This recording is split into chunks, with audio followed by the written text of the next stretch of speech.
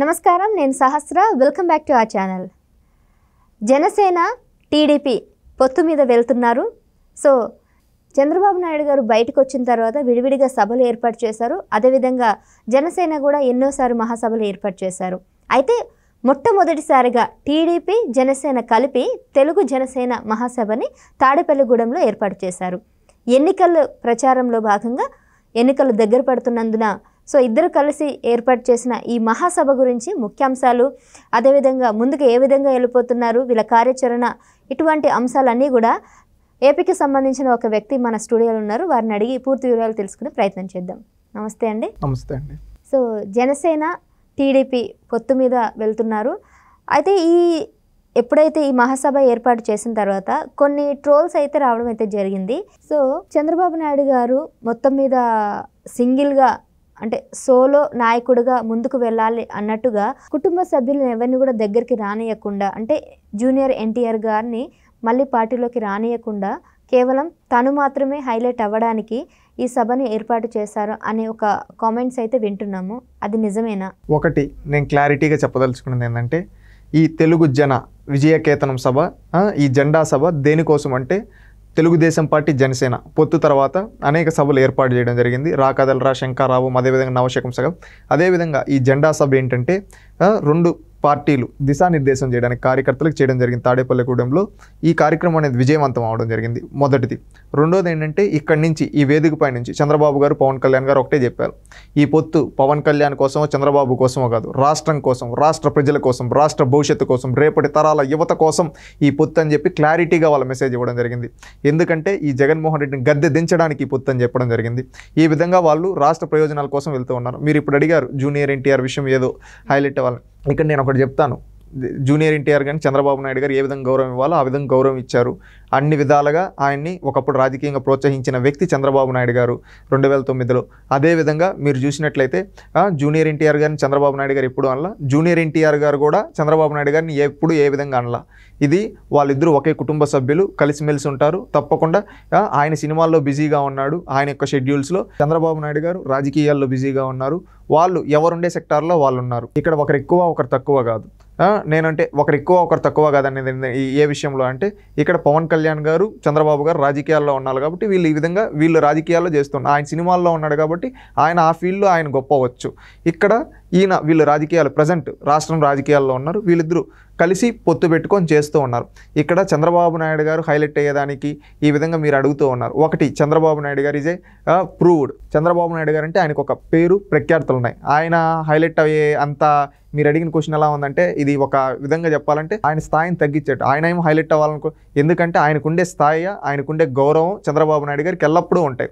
చంద్రబాబు నాయుడు గారు is the tallest politician Indian politics. ఎందుకంటే అటల్ బిహారీ వాజ్పేయి గారు కావచ్చు, అదేవిధంగా అబ్దుల్ కలాం గారు కావచ్చు, కేఆర్ నారాయణ గారు కావచ్చు, ఇలాంటి వాళ్ళని రాష్ట్రపతులుగా, ప్రధానులుగా చేయడంలో, అదేవిధంగా హెచ్డి దేవేగౌడ, ఐకే గుజరాల్ ఇలాంటి వాళ్ళని చేయడంలో, యునైటెడ్ ఫ్రంట్ కన్వీనర్గా, అదేవిధంగా ఎన్డీఏ కన్వీనర్గా చేసిన అనుభవం, అదేవిధంగా ఎంతోమంది రాజకీయ చాణక్యులతో డైరెక్ట్గా ఢీకొన్న వ్యక్తి, అపర రాజకీయ చాణక్యుడు, రాజకీయ దురంధరుడు చంద్రబాబు గారు. అలాంటి వ్యక్తిని ఈరోజు ఒకరితో పోల్చలేం రాజకీయాల్లో. ఆయనంటూ ఒక శిఖరం, రాజకీయాల్లో ఒక శిఖరం చంద్రబాబు నాయుడు అనే వ్యక్తి. ఒక సాధారణ రైతు కుటుంబంలో పుట్టి అంచెలంచెలుగా ఎదిగి ఈరోజు దేశ ప్రధానులు నిర్దేశించే స్థాయికి వచ్చిన వ్యక్తి చంద్రబాబు నాయుడు గారు. ఆయనకి కష్టం యొక్క విలువ తెలుసు. ఎంతో మందిని రాజకీయాల్లో ప్రోత్సహించాడు, బడుగు బలహీన వర్గాలకు సంబంధించి.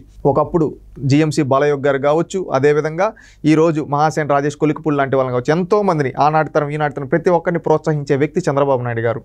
ఆయన 10 మంది మంచి కోసం, రాష్ట్ర ప్రయోజనాల కోసం వెళ్ళాడు కానీ ఎప్పుడు తన వ్యక్తిగత స్వార్థాల కోసం ఏ రోజు వెళ్ళలేదు చంద్రబాబు నాయుడు గారు. మీరు చూసినట్లయితే గతంలో 2014లో పొత్తు పెట్టుకున్న, 2019లో బయటకు వచ్చిన, ఆ రోజు రాష్ట్ర ప్రయోజనాల కోసమే, ఆ 2019లో రాష్ట్ర భవిష్యత్తు కోసమే వచ్చారు. ఎందుకంటే ఆ రోజు రాష్ట్ర విభజన జరిగింది, కేంద్రం మద్దతు ఉంటేనే మనం చేయగలుగుతామని ఆ రోజు పొత్తుకు వెళ్ళడం జరిగింది. అక్కడ కొంచెం అన్యాయం జరిగితే డైరెక్ట్గా పోరాడాడు. నేనేమి వెనకాల ఉండి చేస్తాను, డైరెక్ట్గా పోరాడాడు. ఈ రోజు కూడా పొత్తు పెట్టుకున్న అది రాష్ట్ర ప్రయోజనాల కోసమే. తెలుగుదేశం, జనసేన 2 పార్టీలు ఉన్నాయి ప్రధానంగా.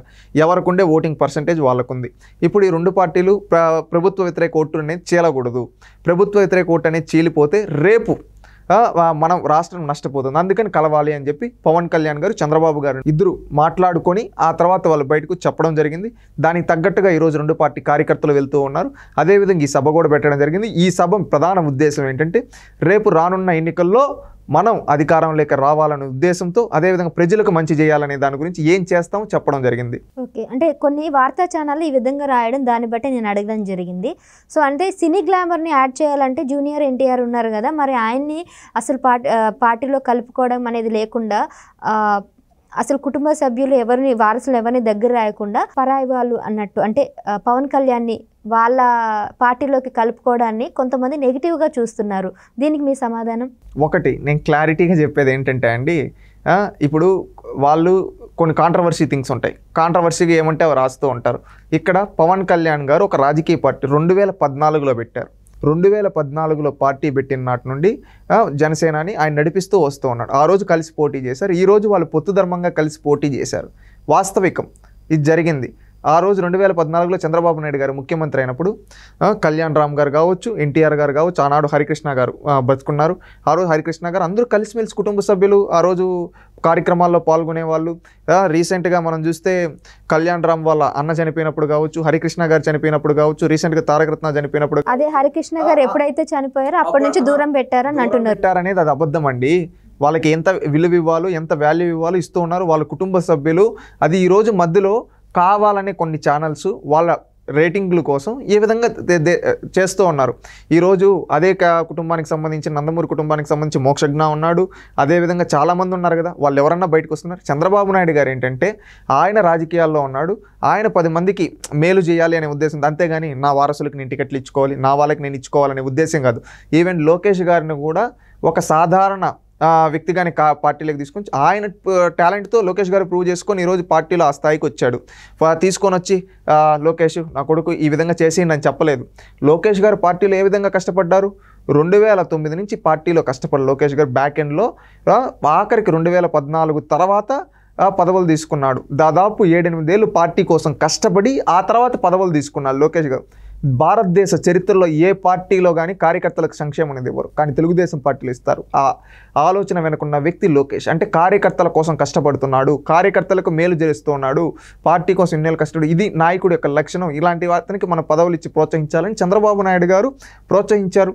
ఈరోజు నిజంగానే చంద్రబాబు నాయుడు గారు లోకేష్ గారిని తీసుకొని రావాలంటే తన సీటు త్యాగం చేసి నిలబెట్టి గెలిపించుంటాడు, లేదా ఏదో కంచుకోవట్లో నిలబెట్టి. కానీ లోకేష్ గారికి చాయిస్ ఇచ్చారు. లోకేష్ గారికి చాయిస్ ఇచ్చినప్పుడు ఏంటి, తెలుగుదేశం పార్టీ ఎక్కడ గెలవలేదో నేను ఆ నియోజకవర్గం నుంచి పోటీ చేస్తాను, దాన్ని నేను కంచుకోటగా చేసిస్తా అన్నాడు. అది లోకేష్ గారి యొక్క నాయకత్వ లక్షణం. ఆ విధంగా మంగళగిరిని తీసుకున్నాడు.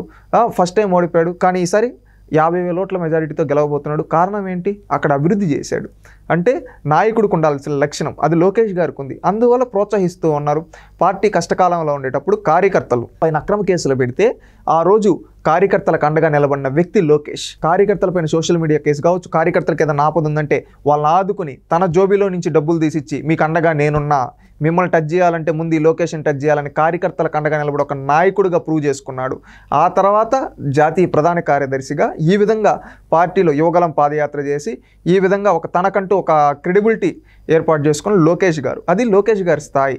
ఇక్కడ ఎవరైనా కానీ రాజకీయాలకు వచ్చి పనిచేస్తా అంటే ఎవరు వద్దండి. ఈరోజు లోకేష్ గారు కూడా రీసెంట్గా ఒక మీటింగ్లో అన్నారు, జాఫర్ గారు అనుకుంటా అడిగారు జూనియర్ ఎన్టీఆర్ గారు అంటే ఇక్కడ తెలుగుదేశం పార్టీలో ఎవరైనా రావచ్చు, ఎవరైనా కష్టపడవచ్చు, ఇక్కడ ఒకరు వస్తా అంటే ఎవరో ఆపేదానికి ఎవరు లేరు, ఎవరి క్రెడిబిలిటీ వాళ్ళకు ఉంటుంది, ఎవరి స్టాండినా వాళ్ళకు ఉంటుంది. ఇప్పుడు వచ్చి చేస్తా అంటే నేను ఎవరు ఆపడానికి అన్నాడు. ఈ ఒక్క మాట చాలదా? ఇక్కడ ఎవరు ఎవరిని ఆపటం లేదు, ఎవరైనా వచ్చి పార్టీకి సేవ చేయొచ్చు. ఈ రోజు Telugu Desam party is a open platform. ఎలాంటి వాళ్ళకైనా కానీ ఒక నాయకత్వ లక్షణాలు ఇంప్రూవ్ చేసేదానికి తెలుగుదేశం పార్టీ ఉపయోగపడుతుంది. మీరు చూస్తే తెలుగుదేశం పార్టీ ఓపెన్ ప్లాట్ఫామ్ ఎందుకంటామంటే ఈరోజు తెలంగాణలో తీసుకోండి, మంత్రులుగా ఉన్న మెజారిటీ ఆఫ్ ది లీడర్స్ ఎక్కడి నుంచి వచ్చారు? ఈరోజు ముఖ్యమంత్రిగా ఉన్న రేవంత్ రెడ్డి ఒకప్పుడు జడ్పీటీసీగా ఎమ్మెల్సీగా ఉంటే అలాంటి వ్యక్తిని తీసుకొని వచ్చి ఎమ్మెల్యేగా 2 సార్లు చేసి పార్టీ వర్కింగ్ ప్రెసిడెంట్ చేసి పార్టీలో తనకంటూ ఒక క్రెడిబుల్ ఒక స్టేట్ పైన ఒక అవగాహన కల్పించింది తెలుగుదేశం పార్టీ.